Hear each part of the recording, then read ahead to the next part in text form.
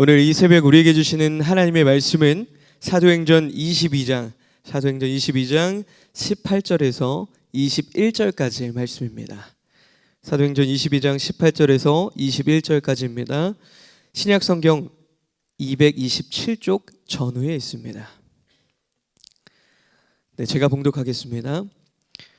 봄에 주께서 내게 말씀하시되 속히 예루살렘에서 나가라. 그들은 내가 내게 대하여 증언하는 말을 듣지 아니하리라 하시거늘 내가 말하기를 주님 내가 주를 믿는 사람들을 가두고 또 각 회당에서 때리고 또 주의 증인 스데반이 피를 흘릴 때에 내가 곁에 서서 찬성하고 그를 죽이는 사람들의 옷을 지킨 줄 그들도 아나이다.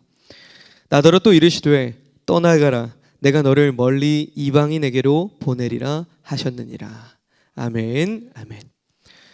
네, 오늘 이 새벽 기도의 자리로 나오신 여러분들 한 분 한 분에게 하나님의 그 세밀한 음성이 들려지고 깨달아지는 시간이 되시기를 주님의 이름으로 간절히 소망합니다. 아멘. 여러분, 우리가 믿는 하나님은, 우리 새벽에 이렇게 고백했으면 좋겠어요. 우리가 믿는 하나님은 벽을 다리로 만드시는 하나님입니다. 고난을 희망으로 만드시는 하나님이십니다. 아멘. 믿음으로 고백한 분들이 이 자리에 나와서 함께 하나님께 기도하고 계신 줄 믿습니다. 무슨 말일까요? 초대 교회에 있어서요, 최대의 벽은 원래 사울이었어요. 최대의 벽은, 사울은 어땠습니까? 예수님을 믿는 자들을 죽이고 때리고 협박했습니다. 예수님을 믿는 자들을. 그게 옳은 줄 알았어요. 그게 옳게 사는 줄 알았던 거예요. 스데반의 죽음에서도 중심적인 역할을 했던 사람이 바로 바울이었습니다. 똑똑했던 사람이 열심까지 있는 거예요. 머리는 똑똑한데 열심히까지 하는 거예요. 그러니까 그야말로 복음의 전파를 가로막는 벽과 같은 사람이었습니다. 벽, 가로막는. 그런데 그 살기등등했던 핍박자였던 사도 바울이 예수를 이방인에게 전하는 이방인의 사도가 되었습니다. 핍박자에서 복음을 전하는 하나님이 택한 그릇이 된 겁니다. 정말 놀라운 하나님의 진리입니다.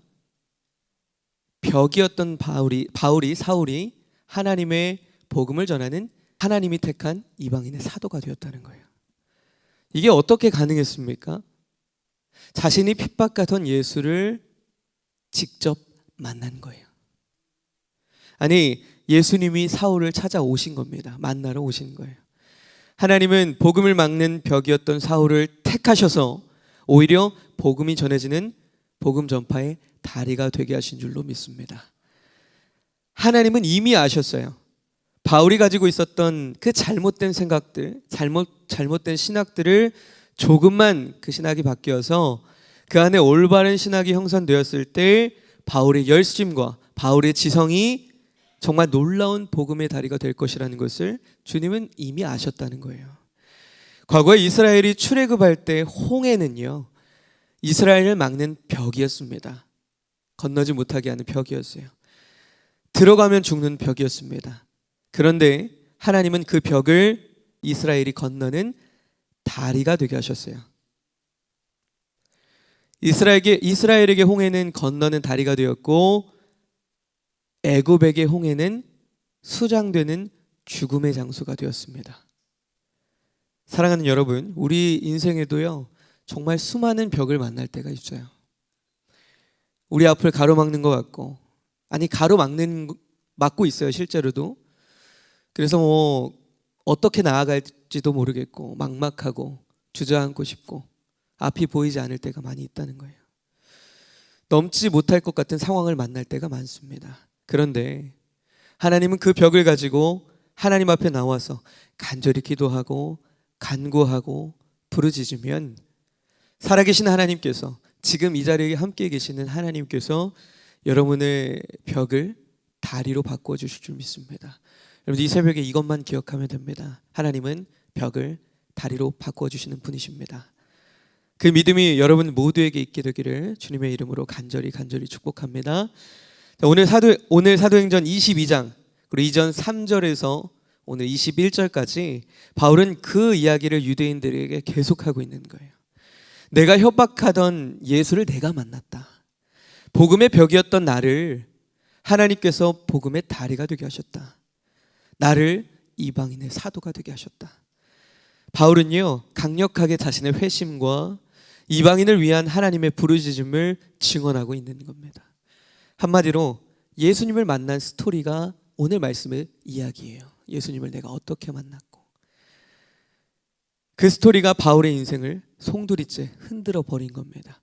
그래서 바울은요, 예수님을 만난 이야기를 틈만 나면 했던 거예요. 내가 이렇게 변했는데 여러분들이라고 안 변하겠습니까? 여러분들 변하십시오. 계속 이야기하고 있는 거예요. 내가 경험한 것만큼 강력한 이야기가 어디 있습니까? 저도 이 강단 위에서 설교할 때 내가 경험했던 하나님이 아니면 어떻게 힘있게 이야기할 수 있겠어요? 사도행전뿐만 아니라 그의 서신서에도 바울은 기회가 될 때마다 말합니다. 내가 예수님을 만났다. 내가 예수님을 믿기 전에는 이러한 삶을 살았는데 내가 예수님을 만났고 믿었고 주께서 나를 이방인에게 복음을 전하게 하는 사도가 되게 하셨다.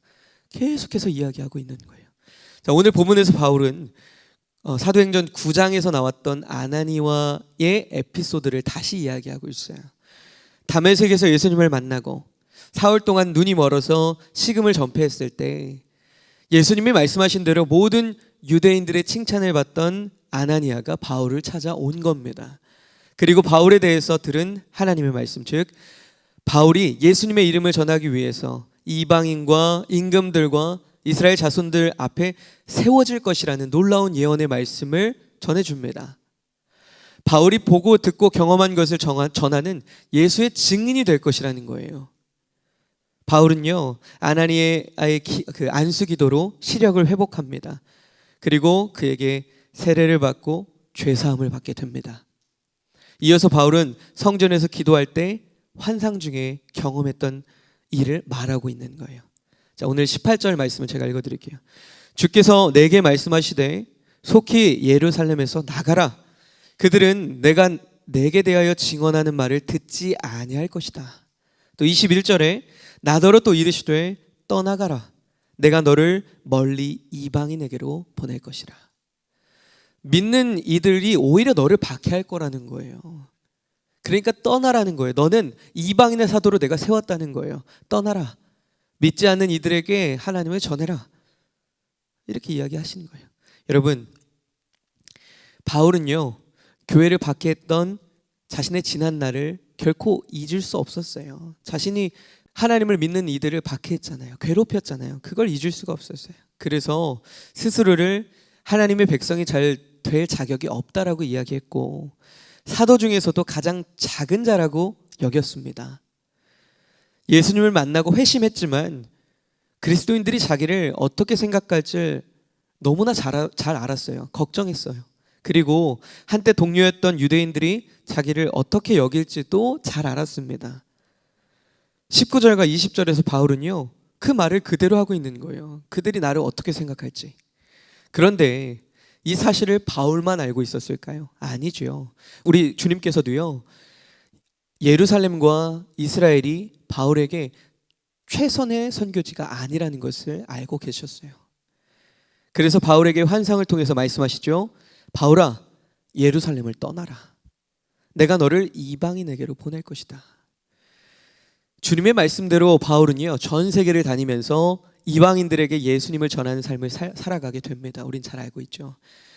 그래서 이방인의 사도가 되어서 열심히 전도하다가 결국에 마지막에는 예루살렘에서 체포되는 것으로 사역을 마무리하게 됩니다. 자, 교회를 핍박하던 박해자에서 이방인을 위한 사도가 되었고, 이방인의 사도가 된 것으로 인해서 유대인의 핍박을 받는 인생을 살게 되었던 겁니다. 어찌 보면 불우해요. 근데 세상에서 보면, 근데 우리는 그 삶을 불우하다고 이야기할 수 있습니까? 사랑하는 여러분, 오늘 말씀 3절에서 계속해서 이어지는 바울이 경험한 주님과의 스토리를 제가 전해드리면서 여러분에게 한 가지 질문을 던져드리고 싶어요. 여러분에게는요, 바울처럼 이렇게 분명한 주님과의 이야기가 있습니까? 스토리가 있으십니까? 누가 여러분은 주님과 어떤 관계이십니까? 라고 물어보면 여러분들이 이야기할 수 있는 스토리가 있냐는 거예요. 있으시냐는 거예요. 하나님은요, 죽은 하나님이 아니시죠. 종이의 하나님이 아니세요. 온 천지 만물을요, 말씀으로 창조하신 살아계신 하나님이신데 그 하나님을 인격적으로 만난 경험이 여러분들 가운데 있으시냐는 거예요. 내가 예수를 만났다, 내가 살아계신 예수를 만났다, 그 사실 하나만으로도요, 우리는 끝까지 예수님이 가신 그 길을 따라갈 수 있습니다. 신앙의 여정에서 아까도 말씀드렸죠. 우리가 벽을 만날 때도 있어요. 어떤 유혹과 핍박이 있을지라도 결국 우리가 이겨낼 수 있는 힘은요, 우리의 결단이 아니에요. 우리의 의지가 아니에요. 우리의 의지는요, 너무 부족해요. 제가 군 생활을 공군에서 했는데, 공군에서 교육을 한번 받았는데 이런 교육이 있었어요. 조종사들이요, 그 버티고 현상이라고, 그게 뭐냐면 그 전투기를 막 조종하면 앞으로 가다 보면 바닷물이 너무 깨끗해서요, 이게 바다인지 그 바다에 비친 하늘인지 헷갈리는 거예요. 그래서 전투기 기기판에 이게 하늘인지 땅인지 이렇게 알려줘요. 근데 내 의지를 너무 의존하다 보니까 기계는 바다라고 이야기하는데 너무 하늘 같은 거예요.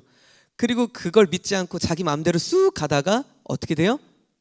바다에 빠지는 거예요. 그게 버티고 현상이라는 거예요. 의지로 할 수 없는 거예요. 우리의 의지는 이렇게 연약합니다. 우리의 이성은 이렇게 연약해요. 우리가 이겨낼 수 있는 힘은요, 주님과의 그 스토리에 있는 줄 믿습니다. 서머나교회의 감독으로 86세에서 순교했던 폴리갑이라는 순교자가 있어요. 하나님을 부인하며 살려주겠다라고 이야기하는 협박 속에서 이런 말을 했습니다. 하나님은 그동안 단 한 번도 나를 모른 척하지 않았는데 내가 어떻게 주님을 모른다고 할 수 있겠습니까? 이렇게 이야기했어요. 다른 말로 하면 이거예요. 나에게는 분명한 하나님과의 스토리가 있다는 거예요. 그런데 어떻게 내가 하나님을 모른다고 할 수 있겠습니까? 그 스토리가 분명하게 있는데, 사무엘상 17장을 보면 40일 동안 아침 저녁으로 나와서 하나님의 군대를 모욕하는 그 골리앗 앞에서 아무 반응을 하지 못했던 그 많은 사람들 앞에서 아버지의 심부름으로 전쟁터에 왔던 다윗은요, 골리앗을 보자마자 이렇게 이야기해요. 이 블레셋 사람들을 죽여서 이스라엘의 치욕을 제거하는 사람에게 어떠한 대우를 하겠느냐. 이 할례받지 않은 블레셋 사람이 대체 누구이기에 살아계신 하나님의 군대를 모독하겠느냐라고 이야기해요. 이 멘트가, 이 고백이 어떻게 나온 거예요? 다윗의 삶이 하나님과 늘 동행했던 거예요. 그 스토리로 가득했던 거예요. 그런데 하나님을 능욕하는 저 블레셋 장군이 누구 있냐라고 담대하게 외칠 수 있었다는 거예요. 그 스토리가 있었기 때문에. 그때부터 다윗의 명언이 쏟아집니다.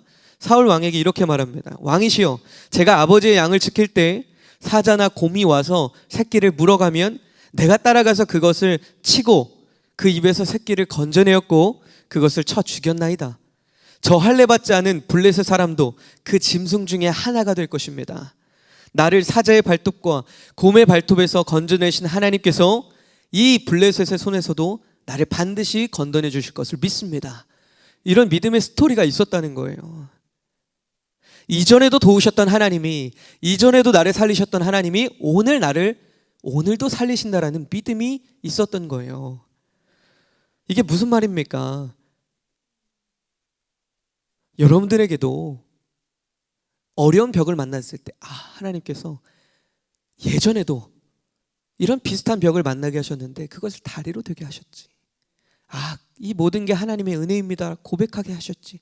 이번에도 하실 거야. 나는 하나님과의 스토리가 있어. 하나님이 골리앗보다 훨씬 강하고 크신 분이라는 것을 다윗은 직접 경험한 겁니다. 간절히 바라기는요, 여러분 모두의 삶이 하나님의 스토리로 가득 채워질 수 있기를 간절히 소망합니다. 바울처럼 여러분의 삶에도 예수의 흔적이 많아졌으면 좋겠습니다. 여러분의 자녀들이 주님과의 스토리를 고백하고 여러분들이 또 그것을 선포하고 간증하는 복된 인생을 살아가기를 소망합니다. 주님과의 이야기가 믿음을 지키고 사명을 완수하는 동력이 되어줄 겁니다. 주님과의 이야기가 또 다른 주님과의 이야기를 낳게 할 줄 믿습니다.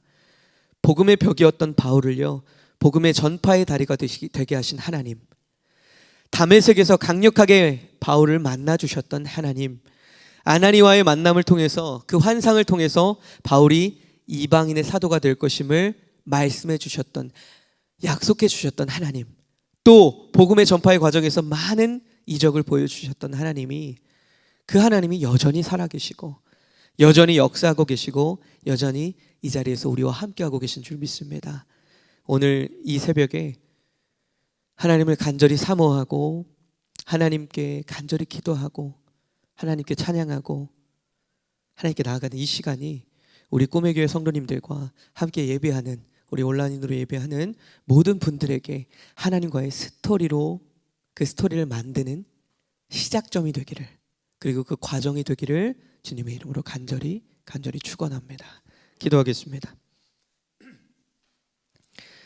살아계셔서 우리 삶에 개입하시고 놀라운 이야기를 만들어 가시는 하나님, 오늘도 하루를 살아갈 영의 양식을 주시니 감사합니다. 오늘 영의 양식, 선포된 말씀 마음에 잘 새기고 삶으로 실천하는 운동력이 있는 말씀이 되게 하여 주시옵소서. 바울을 만나주시고 이방인의 사도로 세워주신 하나님께서 오늘 모든 성도님들의 삶에 찾아와 주시고 개입하여 주시옵소서. 우리의 삶이 주님과의 스토리로 가득 채워지게 하시고 예수의 흔적으로 충만하게 하여 주시옵소서. 그래서 주님이 부르시는 그날까지 사명의 자리에서 충성을 다하는 우리 모두가 되게 하여 주시옵소서. 예수님의 이름으로 간절히 기도드립니다. 아멘.